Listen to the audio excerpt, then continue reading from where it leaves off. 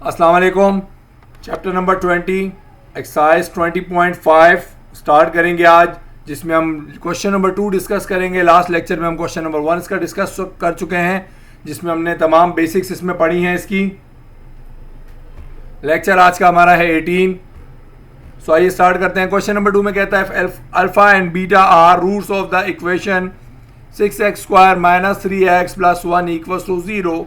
यानी एक इक्वेशन आपको दी हुई और कहता है अल्फा बीटा अगर इस इक्वेशन के रूट्स हैं तो आपको एक इक्वेशन बनानी है इनकी मदद से, लेकिन आपको जो रूट्स अब लेने हैं वो है 1/अल्फा एंड 1/बीटा। ठीक है, यानी आपको जो इक्वेशन है 6x² - 3x + 1, इससे जो रूट्स निकलेंगे वो होंगे अल्फा और बीटा। आपको उन रूट्स को यूज करना है, बट किस तरीके से यूज करना है, 1/अल्फा एंड 1/बीटा करके यूज करना है और इक्वेशन एक बनानी है। ठीक है, तो आपको रूट्स दिए हुए 1/अल्फा एंड 1/बीटा। याद रहे ये रेसिप्रोकल रूट्स कहलाते हैं। कभी अगर आपको डायरेक्टली भी कहा जाए अगर रूट्स रेसिप्रोकल हो तो इट मींस 1/अल्फा एंड 1/बीटा की बात कर रहा है। सो सॉल्यूशन लिखते हैं हम। सॉल्यूशन में सबसे पहले आपको जो इक्वेशन दी हुई आप वो लिखेंगे और इक्वेशन के अंदर ए बी सी की जो वैल्यूज हैं सबसे पहले आप वो मेंशन कर देंगे, क्योंकि उसकी मदद से हमेशा हम इक्वेशन बनाने के लिए हमेशा हमको सम भी चाहिए होता है, प्रोडक्ट भी चाहिए होता है रूट्स का। तो हमेशा हर सवाल में हम सबसे पहले सम और प्रोडक्ट निकालते हैं। सो लिहाजा हमने यहाँ लिखा ए बी और सी की वैल्यूज क्या है। ए आपके पास है 6, बी आपके पास है -3 and c is 1। So a b c की वैल्यू हमने लिखी और सबसे पहले हम क्या निकालेंगे, सम भी निकाल लेंगे और प्रोडक्ट भी निकाल लेंगे। सम का फॉर्मूला था alpha plus beta equals to -b/a and product का था अल्फा बीटा इज c/a। तो मैंने दोनों को एक साथ लिख दिया क्योंकि सवाल ऑलरेडी बहुत डिटेल्ड है, इसको इसलिए हम दोनों को साथ साथ सॉल्व करेंगे। सो अल्फा प्लस बीटा की जगह उसकी वैल्यू पुट की, माइनस की जगह माइनस आया, बी की जगह -3/a की जगह 6 आ गया, और इस तरह अल्फा बीटा में भी सी की जगह 1 आ गया और ए की जगह 6 आ गया।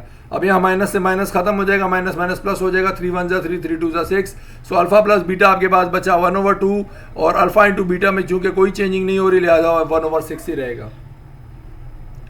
ये तो थी अब तक की बेसिक बात। हर क्वेश्चन में ये तो आपको करना ही करना होगा हमेशा। सबसे पहले इक्वेशन लेंगे, इक्वेशन से आप एबीसी की वैल्यू लिखेंगे, उसकी मदद से alpha plus beta and alpha into beta निकालेंगे हर सवाल के अंदर। ये तो सबके अंदर कॉमन है। अब बात करते हैं जो चेंजिंग होगी वो रूट्स से होगी। यहाँ पर हम बात करेंगे जो रूट्स आपको दिए हुए, हमेशा यहाँ से हर क्वेश्चन में थोड़ी थोड़ी चेंजिंग आएगी। अब चूंकि आपको गिवन रूट्स जो हैं आपके 1/अल्फा और 1/बीटा हैं, लिहाजा हम बात करते हैं यहाँ पर जो आपको गिवन रूट्स हैं इनका हम सबसे पहले सम निकालेंगे। सम का मतलब इनको आपस में ऐड कर देंगे, ऐड करने का मतलब इनको प्लस कर रहे हैं। सो 1/अल्फा को जब 1/बीटा में आप प्लस करेंगे तो याद रहे यहाँ पर हम क्या करेंगे, एलसीएम लेंगे। 1/अल्फा में जब 1/बीटा ऐड कर रहे हैं तो अल्फा बीटा दोनों का एलसीएम आ जाएगा नीचे, यानी डिनोमिनेटर से मल्टीप्लाई कर अल्फा बीटा नीचे आएगा और ऊपर क्या करेंगे, ऊपर हमेशा क्रॉस मल्टीप्लाई करते हैं। बीटा 1 बीटा हो जाएगा प्लस अल्फा 1 अल्फा हो जाएगा। ठीक है, आप जिस तरीके से भी एलसीएम, बाकी आपको किसी दूसरे तरीके से एलसीएम लेना आसान लगता है आप उस तरीके से कीजिए। मैंने क्या किया, इन दोनों को क्रॉस मल्टीप्लाई किया और फिर इन दोनों को पहले आपस में मल्टीप्लाई किया, देन क्रॉस मल्टीप्लाई कर दिया। सो अल्फा बीटा इसी तरह रहा, फिर बीटा 1 बीटा लिख दिया प्लस अल्फा 1 अल्फा लिख दिया। सो ये हमारे पास इक्वेशन बनी है सम की। अब मैं क्या करता हूँ, अल्फा प्लस बीटा या बीटा प्लस अल्फा एक ही बात है, ठीक है ना। और तो हम क्या करेंगे, चूंकि अल्फा प्लस बीटा लिखा हुआ ये या बीटा प्लस अल्फा जो भी है दोनों का मतलब एक ही है, और डिवाइड में लिखा हुआ अल्फा बीटा, तो मैं इसको कुछ इस तरीके से लिख दूंगा। देखिए मैंने अल्फा प्लस बीटा की वैल्यू निकाली थी 1/2 और डिवाइड में अल्फा बीटा लिखा है, इसलिए मैंने डिवाइड का निशान लगा के अल्फा बीटा की वैल्यू लिख दी। आप इस तरीके से लाजमी कीजिएगा वरना आप कंफ्यूज रहेंगे। तो मैंने क्या किया, अल्फा प्लस बीटा की जो भी वैल्यू थी वो लिखी, फिर डिवीजन है नीचे तो डिवीजन का निशान लगाया और अल्फा बीटा की जो वैल्यू थी वो लिख दी। इससे फायदा क्या होगा, आप 1/2 ऐसे लिखेंगे। डिवाइड को जब हम मल्टीप्लाई में कन्वर्ट करते हैं, देखें डिवाइड के निशान को मैंने अब किस में कन्वर्ट कर दिया, मल्टीप्लाई में। तो जब भी डिवाइड को मल्टीप्लाई में कन्वर्ट करते हैं तो ये रेसिप्रोकल हो जाता है, यानी कि नोमिनेटर डिनोमिनेटर में चला जाता है और डिनोमिनेटर नोमिनेटर में, यानी 1 जो ऊपर लिखा है वो नीचे चला जाएगा और जो नीचे लिखा है वो ऊपर आ जाएगा। तो 1/6 एक्चुअली बन जाएगा 6/1। तो 6 तो लिख दिया, ओवर 1 लिखेंगे नहीं नीचे किसी भी चीज़ के, लिहाजा आपके पास ये बन गया 1/2। मल्टीप्लाई में जब इसको चेंज किया तो 1/6 बन गया 6/1। किसी भी चीज़ के नीचे 1 नहीं लिखते। अब 2 और 6 आपको पता है कट रहे, 2 1 2 2 3 6, तो 3 1 3। सम आपका जो निकला है इस क्वेश्चन के अंदर वो निकला है 3। अब बात करते हैं प्रोडक्ट की। प्रोडक्ट का मतलब जो रूट्स दिए हैं इनको आपस में मल्टीप्लाई करेंगे। तो 1/अल्फा दिया हुआ, 1/बीटा दिया, दोनों का जब हम आपस में मल्टीप्लाई करेंगे तो 1/अल्फा इंटू 1/बीटा, 1 1 1 अल्फा बीटा हो जाएगा। लिहाजा 1 डिवाइड बाय अल्फा बीटा में लिख दूंगा इसको, ठीक है ना। तो 1 लिखा और डिवीजन था, डिवीजन का निशान लगा, अल्फा बीटा की जो वैल्यू थी 1/6 वो लिख दी। डिवाइड को कन्वर्ट कर देंगे मल्टीप्लाई में, 1/6 बन जाएगा 6/1। तो अल्फा इंटू बीटा यानी प्रोडक्ट की बात करें 1/6 आपके पास आ जाएगा 6। तो ये आपके पास प्रोडक्ट निकल आया। अब आपको पता है सम और प्रोडक्ट जब आ जाए तो इनकी मदद से हमेशा हम क्या कर सकते हैं, इक्वेशन फॉर्म कर सकते हैं। लिहाजा हम बात करेंगे finally the equation is x square minus sum of x plus product equals to 0। लिहाजा मैं क्या करूंगा, यहाँ पर एक्स स्क्वायर की जगह एक्स स्क्वायर लिख दिया और माइनस की जगह माइनस लिख दिया। सम हमारा चूंकि सवाल में 3 आया था वो लिख दिया, प्रोडक्ट हमारा 6 आया था हमने वो लिख दिया।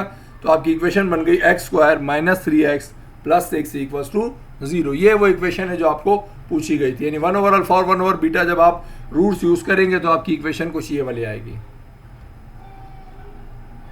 दोबारा बात करते हैं क्वेश्चन नंबर 2 के। अब एक और पार्ट की बात कर लेते हैं। दोबारा आपको कहता है ये इक्वेशन है, इसकी मदद से आपको एक इक्वेशन फॉर्म करनी है जिसके रूट्स क्या होंगे, अल्फा स्क्वायर और बीटा स्क्वायर होंगे। सो अल्फा स्क्वायर और बीटा स्क्वायर की हम बात करेंगे। अल्फा स्क्वायर बीटा स्क्वायर के लिए सोल्यूशन दोबारा हम क्या करेंगे, सेम वही तमाम काम करेंगे। आप इक्वेशन लिख देंगे, इक्वेशन के अंदर आप बताएंगे ए बी सी की वैल्यूज़ क्या हैं वो लिख देंगे। उसके बाद आप क्या करेंगे, आप बता देंगे कि अल्फा प्लस बीटा और अल्फा इंटू बीटा कैसे निकलता है। सो अल्फा प्लस बीटा अभी हमने निकाला था, कैसे निकला था, माइनस b/a से। अल्फा बीटा निकला था c/a से। यहाँ वैल्यूज पुट कर देंगे तो आपके पास वैल्यू जो निकलेगी ये तो माइनस माइनस खत्म हो जाएगा, 3 1 3 3 2 6 और ये सेम रहेगा। सो अल्फा प्लस बीटा तो 1/2 निकला था, अल्फा इंटू बीटा 1/6 निकला। ये तो इस सवाल के अंदर सेम निकलेगा बार बार, क्योंकि इक्वेशन एक ही दी हुई है इसलिए इसकी वैल्यू चेंज नहीं होगी। इक्वेशन जो दी उसके हिसाब से हम जब भी निकालेंगे ये आंसर आ रहे हैं फिलहाल। तो अब बात करते हैं, अब हम चूंकि हमें रूट्स जो गिवन है अब अल्फा स्क्वायर और बीटा स्क्वायर है, अब तो जाहिर सी बात है जो रूट्स दिए होते हैं उन्हीं का सम निकालते हैं। तो अगर हम इनका सम निकालने जाएंगे so alpha square and beta square का सम जब निकालेंगे तो हम बात करेंगे sum is equal to alpha square plus beta square. अब alpha square plus beta square का एक फॉर्मूला होता है, आपको हमेशा पता होना चाहिए, हमने डिस्कस भी किया था, ठीक है ना। तो alpha square plus beta square actually equal होता है alpha plus beta the whole square minus 2 alpha beta, ठीक है। जिस तरह alpha plus beta the whole square का फॉर्मूला होता है alpha square plus beta square plus 2 alpha beta, ये उसी से बना हुआ है, प्लस 2 अल्फा बीटा वहाँ जाकर माइनस हो जाएगा। तो इट मीन्स आपका फॉर्मूला क्या बनेगा, alpha square plus beta square का alpha plus beta the whole square minus 2 alpha beta. और यहाँ मैंने मेंशन कर दिया कि चूंकि alpha square plus beta square बराबर है alpha plus beta the whole square minus 2 alpha beta के, इसलिए मैंने यहाँ पर alpha square plus beta square की जगह उसकी वैल्यू पुट कर दी है, ठीक है। तो यहाँ सम लिखेंगे, अब अल्फा प्लस बीटा हमें पता है क्या था, 1/2 था तो 1/2 लिखा और ऊपर स्क्वायर लगा हुआ इसलिए स्क्वायर लगा दिया, फिर माइनस लिखा, माइनस की जगह माइनस, फिर 2 की जगह 2। अल्फा बीटा 1/6 है, उसकी वैल्यू हमने पहले से कैलकुलेट की हुई है इसलिए वैल्यू उसकी लिख दी। अब हम बात करेंगे हाँ ये हमारे पास कंडीशन है सम की, तो हम क्या करेंगे 1/2 का स्क्वायर निकालेंगे, वो आ जाएगा 1/4 माइनस 2 मल्टीप्लाई बाय 1/6। तो बजाय इसको मल्टीप्लाई करने के पहले कट रहा है तो बिल्कुल काटेंगे इसको, 2 1 2 2 3 6, तो ये माइनस का 1/3 बचेगा, ये 1/4 बचा, फिर ये माइनस ये जब कट गया 2 1 2 2 3 6 तो 1/3 बच गया, 1/4 माइनस 1/3 बच गया। अब इसको आपको पता है प्लस या माइनस कैसे करेंगे, आप इसको आम तरीके से प्लस या माइनस नहीं कर सकते, एलसीएम आएगा यहाँ पर। 4 और 3 का एलसीएम आप कैसे लेंगे, 4 को 3 से मल्टीप्लाई किया 12 हो गया, फिर उसको क्रॉस मल्टीप्लाई कर देंगे, 3 1 3 फिर माइनस 4 1 4। तो देखें एलसीएम इस तरीके से मैंने लिया, आपको जिस तरीके से आसान लगे आप उस तरीके से एलसीएम ले लें। सो मैंने 4 को 3 से मल्टीप्लाई किया 12 आया, फिर 3 इससे मल्टीप्लाई हो गया -4 इससे हो गया, सो 3 -4 आ गया। अब 3 में से 4 जाहिर सी बात है अगर मैं सब्ट्रैक्ट करूंगा तो ये आपके पास कितना आ जाएगा, माइनस का 1 बच जाएगा, क्योंकि बड़ा नंबर माइनस का है लिहाजा ये बच जाएगा माइनस का 1/12। तो यहाँ सम हमारे पास जो निकला है वो माइनस का 1/12 निकला है,